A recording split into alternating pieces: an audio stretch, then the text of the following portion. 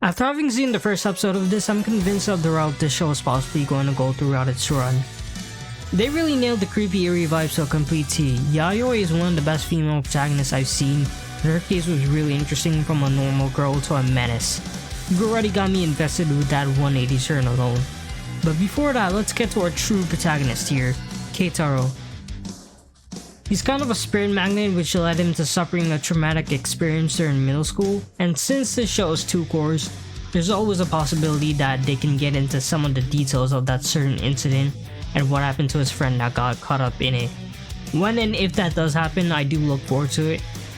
Keitaro meets Yayoi and they go to this haunted phone booth, which supposedly has the spirit of a hostess lady who got murdered in that same booth. Turns out the myth was actually true and it literally kills anything that approaches it, as we saw with that flushy Yayoi threw that had a spirit in it.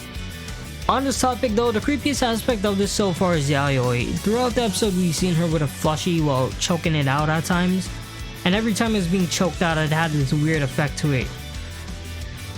From what it seemed to me at the moment was she captures spirits and a flushy and gathers them in a collection, and either kills them herself or she lets other spirits torture each other.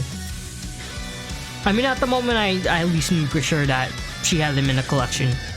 Her backstory was pretty interesting though. Before the car accident that killed her parents, she was able to see both the spirit world and the living world separately. But after the accident, her IQ somehow increased and now both worlds are combined in her vision. And you know, speaking of accident, considering it was a truck, I'm kinda surprised dating the isekai. Going back to this, I wonder if that certain spirit that caused the truck driver to collide with the car wanted something with Yayoi's mom specifically. Considering it took her soul, is it keeping her soul as a hostage to get Yayoi to approach it, or is her mom somehow special in some way? I really think it might be the former though. Either way, this gets me even more intrigued. Also, I really need to know what the fuck is up with Keitaro. How and why do these spirits want him so badly? I'm really hoping this gets explained within the next few episodes, because there has to be something specific about him for him to be cursed like this. It's kind of a very weird situation with him being the bait for Yayoi to use to attract spirits, because the spirits don't want to come to her, which is kind of understandable. I've been kind of holding back with talking about this, but Eiko is fucking sus. From the moment she smiled when Kei was trying to call the phone booth, I knew something had to be up with her.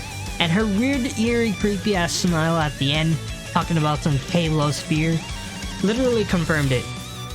They probably won't get into it that much, since she isn't the main focus here. I just don't know, man. I can't see her the same way anymore. Overall, really solid start to the series.